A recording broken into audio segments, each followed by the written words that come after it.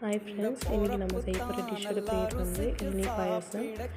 ஒரு பவுலில் இளநீ தண்ணி எடுத்துக்கலாம். தேங்காவை வந்து அரைச்சி ஃபஸ்ட்டு பால் சொல்லுவாங்கள்ல, அந்த கெட்டி பால் எடுத்துக்கலாம். அதை வந்து இந்த பவுலில் சேர்த்துக்கிறேன். அப்புறம் 1 லிட்டர் தண்ணி, பசும்பால், 1 லிட்டர் பால் வந்து காய்ச்சி 1/2 லிட்டராக சுண்ட வச்சுருக்கேன். அந்த பாலையும் சேர்த்துக்கிறேன்.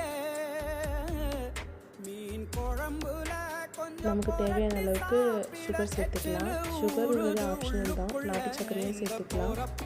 அப்புறம் இது எல்லாத்தையும் சேர்த்ததுக்கப்புறம் கூட தேங்காயோட வழுக்க வச்சுருக்கோம். அதை வந்து துருக்கியும் சேர்த்துக்கலாம், இல்லை சின்ன சின்னதாக கட் பண்ணியும் சேர்த்துக்கலாம். சேர்த்துட்டு நல்லா மிக்ஸ் பண்ணி விட்டுறேன்.